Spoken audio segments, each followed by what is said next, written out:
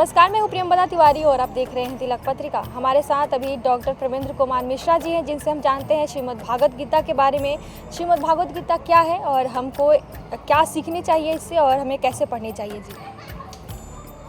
ध्येयं सदा परिभवघ्नमभीष्टदोहं तीर्थास्पदं शिवविरिञ्चिनुतं शरण्यं भृत्यार्तिहं प्रणतपालभवाब्धिपोतं वन्दे महापुरुषते चरणारविन्दम्। यह जो श्रीमद् भगवत गीता है, यह भगवान श्री कृष्ण के द्वारा गाई गई है। यह जो हमारा आदि इतिहास है, महाभारत, 1 लाख ग्रंथों का विशाल साहित्य है। इसमें भीष्म पर्व में श्रीमद् भगवत गीता का वर्णन है। तो श्रीमद् भगवत गीता का मूल अर्थ जो है, यह भगवान श्री कृष्ण के द्वारा गाई गई है। गीता मतलब गाई गई है, इसलिए इसका नाम पड़ा भगवत गीता। और कुछ लोग समझते हैं कि यह भागवत गीता है, ऐसा नहीं है। श्रीमद् भगवत गीता अलग है और भागवत महापुराण अलग है। श्रीमद् भगवत गीता जो है 700 श्लोकों में है और श्रीमद् भागवत महापुराण 18,000 श्लोकों में है। इसलिए यह श्रीमद् भगवत गीता है जो महाभारत के रण में भगवान के द्वारा गाई गई थी। श्रीमद् भागवत गीता को हम कैसे पढ़ें, यानी कहाँ से शुरुआत करें, हमें कैसे पढ़नी चाहिए? श्रीमद् भगवत गीता का एक पुस्तक लेना चाहिए और उसमें सर्वप्रथम पहले शुचितापूर्वक, अर्थात गंगा जल इत्यादि, चाहे कोई पवित्र जल हो, उससे अपने ऊपर भगवान नारायण का स्मरण करके 3 बार आचमन करना चाहिए। ओम केशवाय नमः, ओम नारायणाय नमः, ओम माधवाय नमः, ऐसा करके जल अपने ऊपर छीटें और भगवान का ध्यान करके पवित्र हो जाएं। क्योंकि कहा कि यह स्मरेत पुंडरीकाक्ष, कहने का मतलब कि भगवान का स्मरण करते ही व्यक्ति बाह्य और अभ्यंतर, मतलब बाहर और भीतर, दोनों प्रकार से पवित्र हो जाता है। तो एक सावधानपूर्वक आसन लगा करके बैठ जाएं, चाहे सुखासन हो चाहे पद्मासन हो। और बैठने के बाद भगवान श्री कृष्ण का कोई भी ध्यान हो। जैसे गीता प्रेस से छपी हुई पुस्तक है, उसमें शांताकारम भुजगशयनम, यह प्रचलित श्लोक है। इसका अर्थ तो बहुत ही गहरा है, लेकिन प्रचलित है कि उसका पहले ध्यान करना चाहिए। और फिर ऊपर देता है ओम श्री परमात्मने नमः प्रथमोऽध्यायः। पहले जो है अपने को पवित्र करें, तो पवित्र कैसे करें? भगवान नारायण का स्मरण करना चाहिए। जैसे हमारे यहाँ कहा गया है, अपवित्रः पवित्रो वा सर्वावस्थांगतो विवा यह स्मरेत पुंडरीकाक्षं सबाह्याभ्यंतरः शुचिः। भगवान नारायण के स्मरण करने से व्यक्ति बाहर और भीतर दोनों प्रकार से पवित्र हो जाता है। और भगवान नारायण का ध्यान करने से आदमी पवित्र हो ही जाता है। तो पवित्र होने के बाद भगवान का एक किसी भी मांगलिक श्लोक का पाठ करना चाहिए। जैसे गीता प्रेस से छपी हुई पुस्तक जो है, उसमें प्रथम श्लोक देता है शांताकारम भुजगशयनम पद्मनाभम सुरेशम। यह ध्यान के रूप में हम लोग लेते हैं। विश्वाधारम गगन सदृशम मेघवर्णम शुभांगम लक्ष्मीकांतम कमलनयनम योगिभिर्ध्यानगम्यम वंदे विष्णुम भवभयहरम सर्वलोकैकनाथम। उसके बाद ओम श्री परमात्मने नमः, अर्थात परमात्मा को नमस्कार है, ऐसा ध्यान करके गीता का पाठ आरंभ करना चाहिए। जैसे धर्मक्षेत्रे कुरुक्षेत्रे समवेता युत्सवः मामका पांडवाश्चैव किमकुर्वत संजयः। यहाँ से प्रारंभ करके यह जो गीता 18 अध्यायों में है, 700 श्लोकों में है, इसलिए अंतिम श्लोक तक जो है इसका 18वें अध्याय के अंतिम श्लोक तक पाठ करना चाहिए। यह पाठ की विधि है। और हो सके तो अंत में विष्णु सहस्र नाम भी करना चाहिए, क्योंकि विष्णु सहस्र नाम के पाठ करने से यह जो है गीता पाठ जो है वह परिपूर्ण हो जाता है। यह विधि अपनानी चाहिए। गीता पढ़ते समय हमें किन किन बातों का ध्यान रखना चाहिए और हमें क्या नहीं करना चाहिए और क्या करना चाहिए? गीता पाठ करते समय संसार से मन हटा लेना चाहिए। प्रयास करें कि ऐसे आसन में बैठें और इस प्रकार बैठें कि हमारा ध्यान केवल भगवान श्री कृष्ण के चरणारविंद ही रहे और हम पाठ करें। और हमारा ध्यान जो है यदि कंठस्थ हो तो आंख बंद करके भगवान श्री कृष्ण का ध्यान लगाना चाहिए। कंठस्थ नहीं है तो गीता की पुस्तक खोल करके उसकी एक एक अक्षर को देख करके पाठ करना चाहिए। और संस्कृत का उच्चारण इतना आसान भी नहीं है, एक एक श्लोक को गुरुमुख परंपरा से पढ़ना चाहिए। जब तक गुरु से सुनेंगे नहीं तो उसका उच्चारण जो है वह हम शुद्ध नहीं कर सकते। इसलिए गुरु से 700 श्लोकों को विधिपूर्वक सुनना चाहिए, विष्णु सहस्रनाम को विधिपूर्वक सुनना चाहिए और सुनने से तब उच्चारण करने आएगा। और उसके बाद जो है पुस्तक को देख करके संस्कृत का स्पष्टतः उच्चारण करते हुए पाठ करना चाहिए। गीता और श्रीमद् भागवत गीता में कितना अंतर है और क्या अंतर है? गीता और श्रीमद् भागवत गीता, ऐसा श्रीमद् भागवत गीता नाम नहीं है। भगवत गीता तो नाम है, लेकिन श्रीमद् भागवत महापुराण है। वह जो है व्यास जी के द्वारा रचा गया है और उसमें 18,000 श्लोक है और उसकी बड़ी महत्ता है। भगवत गीता की भी महत्ता है लेकिन भागवत की भी महत्ता है। कहा वैष्णवानाम इदम शंभो, वैष्णवानाम यथा शंभो पुराणानाम इदम तथा, वैष्णवानाम यथा शंभो पुराणानाम इदम तथा।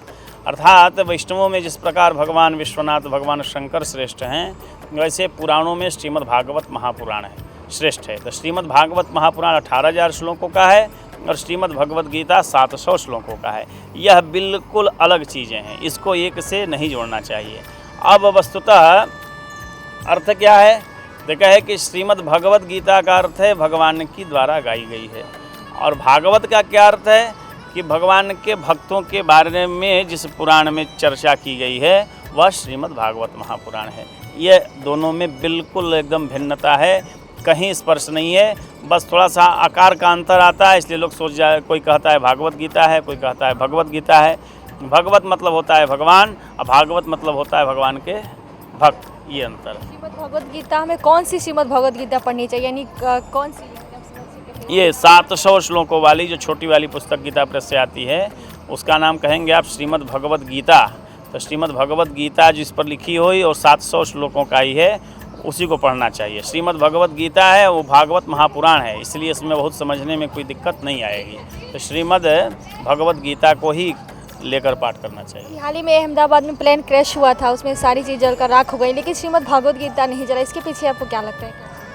हाँ, एक VHU में गुरुजी थे सुधांशु शेखर शास्त्री गुरुजी, तो उनका कहना था कि श्रीमद् भगवत गीता भगवान के द्वारा गाई गई है, तो उसका एक नाम है कि वांग में भगवान का विग्रह भी है, अर्थात साक्षात भगवान श्री कृष्ण जो है गीता में विराजते हैं। उन्होंने एक भक्त की कथा सुनाई, कहा कि भक्त जो है गलती से कलम उठा करके श्रीमद् भगवत गीता के अक्षरों को चिन्हित करने लगा, और जैसे ही चिन्हित करने लगा उसमें से रक्तपात होने लगा। तो श्रीमद् भगवत गीता में साक्षात भगवान विराज रहे थे, इसलिए श्रीमद् भगवत गीता अजर अमर है। मनुष्य मरा है, भगवान कभी नहीं मरते। श्रीमद् भगवत गीता में क्यों पढ़नी चाहिए, और आजकल का जो लाइफ स्टाइल है, स्ट्रेस भरा लाइफ हो रहा है, तो उसके बारे में आप क्या कहना चाहेंगे, हमें क्या सीखना चाहिए? श्रीमद् भगवत गीता तो हम तो कह देंगे क्यों पढ़नी चाहिए, बता देंगे। श्रीमद् भगवत गीता से सामान्यतया बहुत लाभ है, लेकिन किस प्रकार का लाभ है, तो जो मेरा अनुभव है मैं आपको बता रहा हूँ। यह जो मनुष्य शरीर है, इससे केवल भगवान को पाने के लिए ही कर्म करना चाहिए, और श्रीमद् भगवत गीता के पाठ करने से ब्रह्मचर्य स्वतः पालन होने लगता है, व्यक्ति का आत्मबल बढ़ता है, और जिस कामना से करेंगे उस कामना को कामना प्रदायिनी ग्रंथ है, मतलब जिस कामना से सुख शांति धन इत्यादि सब जो है प्राप्त होता है। इसलिए ऐसी कोई वस्तु नहीं है जो श्रीमद् भगवत गीता के पाठ करने से हमें प्राप्त नहीं हो। वस्तुतः श्रद्धापूर्वक, आस्थापूर्वक, विशुद्ध उच्चारण के साथ भगवान के चरणारविंद में ध्यान लगा करके करने से हर प्रकार के सुख शांति का अनुभव होता है, ऐसा मेरा अनुभव है। लेकिन इससे लाभ तभी आप बता सकते हैं, जो करेगा वही बताएगा, सुनकर के नहीं हो सकता। लेकिन सुनने वाले को मैं बताना चाहता हूँ कि श्रीमद् भगवत गीता यदि अभ्यास हो तो नित्य प्रतिदिन पूरे 700 श्लोकों का पाठ करें। यदि नहीं हो सकता है तो कम से कम एक ही श्लोक का करें, थोड़ा सा मन लगे तो 10 श्लोकों का करें, थोड़ा सा और मन बढ़ते जाएगा, बढ़ते बढ़ते जो है 100 श्लोकों का पाठ करें, 7 दिन में पूरा करें, 11 दिन में पूरा करें। ना हो सके तो एकादशी से उठाएं, एकादशी से एकादशी पर्यंत उसको पाठ करें। तो यह पाठ करने के बाद ही उसका अनुभव मिलता है। श्रीमद् भगवद गीता के माध्यम से हम अपने जीवन में जो तनाव है उसको हम कम कैसे कर सकते हैं? तनाव हमने आपको बताया कि शांति प्राप्ति के लिए ये श्रीमद् भगवद गीता उपयोगी है, क्योंकि बिना शांति मिल ही नहीं सकती जब तक तनाव मुक्त नहीं होंगे। तो श्रीमद् भगवद गीता के पाठ करने से व्यक्ति का आत्मबल जो है जगता है। जिस तरह से अर्जुन का मोहभंग भगवान ने सुना करके किया था, मैं सबको बताता हूँ कि यह करने से यह हो जाएगा, यह करने से यह हो जाएगा। व्यक्ति हाथ पांव मारता रहता है, इस भगवान की वैष्णवी माया में फंसा हुआ है, जिसके कारण उससे तनाव मिलता है। उसको उसको मालूम होना चाहिए कि श्रीमद् भगवद गीता के लिए ही यह मानव जीवन मिला है। श्रीमद् भगवद गीता के पाठ करने से तनाव क्या, संपूर्ण शांति मिलती है। और यह जो शांति जो है, जैसे सांसारिक वस्तु से क्षणिक शांति मिलती है, लेकिन श्रीमद् भगवद गीता के पाठ करने से स्थायी शांति मिलती है। यदि नित्य किया जाए तो पूरा जीवन शांतिमय ही रहेगा। भगवान की जो यह गाई हुई गीता है सभी ग्रहों को दूर करती है, तनाव को तो दूर करती ही है। जितने प्रकार के हमारी जो आदि व्याधि हैं, जो समस्याएं हैं, शरीर रोगग्रस्त हो रहा है, उसको भी दूर करती है। अब आप कहेंगे कि ऐसा कैसे होता है? तो यह जो शरीर है, इस शरीर में भगवान जो है गीता के पाठ करने से हृदय में कमल रूपी कमल पर जो है भगवान वास करते हैं। और जब श्रीमद् भगवद गीता पाठ करते हैं तो भगवान प्रसन्न होते हैं। जब भगवान प्रसन्न होते हैं तो शरीर को सुख मिलता है, और शरीर को सुख मिलने के बाद स्वतः शांति मिलती है। तो व्यक्ति नित्य पाठ करने लगता है। इसको अनुभव के द्वारा ही जाना जा सकता है, हमारे बताने से, आपके बताने से इसको नहीं जाना जा सकता है। मेरा नित्य कहना है, बार बार कहना है कि श्रीमद् भगवद गीता का पाठ करना चाहिए और सीख करके करना चाहिए। अब कुछ लोग कहेंगे कि श्रीमद् भगवद गीता का पाठ तो मैं नित्य करता हूँ, लेकिन जब उनका उच्चारण सुनेंगे तो उच्चारण बहुत ही अशुद्ध रहता है। तो अशुद्ध गीता पाठ से शांति नहीं मिलेगी। शुद्ध पाठ जो है किसी गुरु के चरणों में बैठ करके एक श्लोक से लेकर के 700 जो अंतिम श्लोक है वहाँ तक सुनने के बाद, सीखने के बाद जब पाठ करते हैं तो जो है 100% शांति प्राप्त होनी ही है। हमारे यहाँ भागवत में कहा गया कि सद्यो हृदयवरुध्यते प्रकृतिभिः शुश्रूषुभिः तत्क्षणात्। जैसे ही मन कर्म वचन से चतुराई छोड़ करके हम भगवान को ध्यान करते हैं, वह भगवान जो है विवश हो जाता है, वह हृदय में आकर के अवरुद्ध हो जाता है, एक तरह से कैद हो जाता है। जब वह कैद हो जाएगा तो शांति जो है उसी का नाम है, उस शांति को ही लेकर के हम चलेंगे, हम स्थिर हो जाएंगे। भगवान का नाम क्या है? शांताकारम। शांताकारम मतलब शांतकार, न हिलते हैं न डोलते हैं। इस तरह से हम भगवान के मंदिर में मूर्ति का दर्शन करने जाते हैं, उसी प्रकार भगवान का स्वरूप शांत है। जब हम पाठ करेंगे भगवान आकर के हमारे हृदय में कैद होंगे, हमें शांति की प्राप्ति होगी। जब शांति प्राप्त हो गई तो स्ट्रेस कहाँ बचा, तनाव कहाँ बचा? तो तनाव भगाने का यह एक सर्वोत्तम उपाय है श्रीमद् भगवद गीता। गीता में अहंकार के बारे में क्या बताया गया? हम अहंकार को कैसे नष्ट कर सकते हैं?